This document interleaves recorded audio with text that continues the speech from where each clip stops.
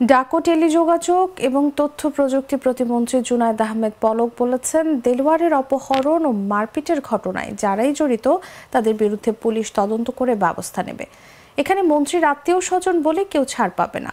শুক্রবার সকালে নাটোরের সিংড়াই উপজেলা পরিষদের চেয়ারম্যান প্রার্থী দেলোয়ার হোসেনকে দেখতে গিয়ে তিনি কথা বলেন যে এই ঘটনাকে কেন্দ্র করে যারা দোষী তাদের অনুসন্ধান করে তাদের প্রশাসনিক, আইনগত এবং সাংগঠনিক যে কোনো কঠোর সিদ্ধান্ত নেওয়ার জন্যই আমরা কঠোর অবস্থানে আছি এবং এটা আমরা পালন করব।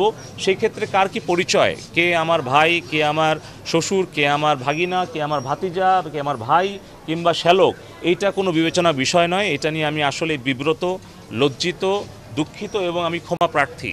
আমি ব্যক্তিগতভাবে আসলে বিবেকের তাড়নায় যখনই আমি দেশে ফিরেছি আমি মনে করেছি যে আমার দ্রুত আসা দরকার, আমার কর্মীর পাশে থাকা দরকার এবং স্পষ্ট বার্তাটা সকলের কাছেই দেওয়া দরকার। সে আমার দলের নেতাকর্মী হোক, সে আমার আত্মীয় হোক। এর আগে রাজশাহী মেডিকেল কলেজ হাসপাতালে চিকিৎসাধীন নাটোর জেলার সিংড়া উপজেলার কলম ইউনিয়নের আওয়ামী লীগের সদস্য দেলোয়ার হোসেনের চিকিৎসার বিষয়ে সার্বিক খোঁজ নেন প্রতিমন্ত্রী।